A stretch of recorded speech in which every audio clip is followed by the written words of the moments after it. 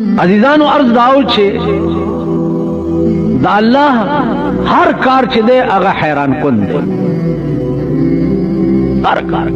اوس په دې بني آدمو کې وګورئ د یو مور او د یو پلار اولاد دي ټول بني نوع آدم چې دی د یو مور او پلار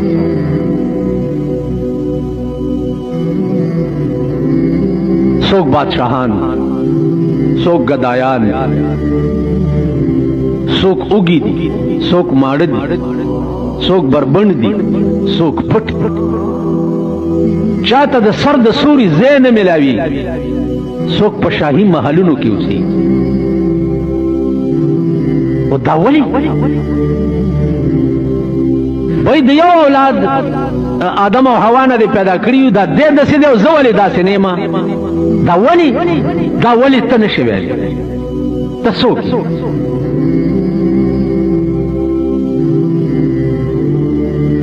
اوس راز پکې علماو څه بیان کړی راز یې پکې دا بیان کړی دی چې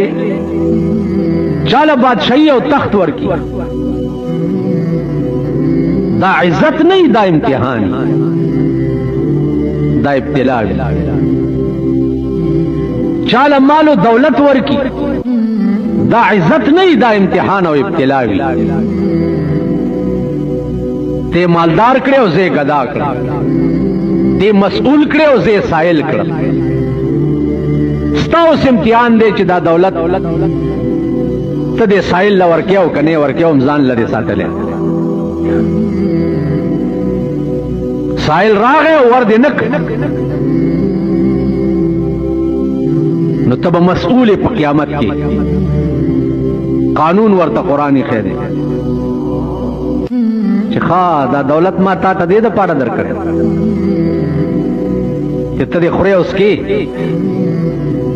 او زمانوم دې درته واغستې شي هغه د سپوره روټۍ نه ولی تاله مې بادشاہي او دولت او محل در کولې شو دله مې ولې نشو ورکول دا ستا امتحانو چې سبا دی ګیله نه نو دا الله هر کار حیران کن پدې دی چې یو سړی دا ګیله ونکي سبا چې خدای ما ته دا شی نه ورکړی کني ما به داسې کړی وی ما به داسې کړی وی ما به داسې کړی وی ما به داسې کړی چې دا ګیله دی ایس د ګیلې او د شکوې ځای به قدرت په قیامت کې ځان ته پریږدي نه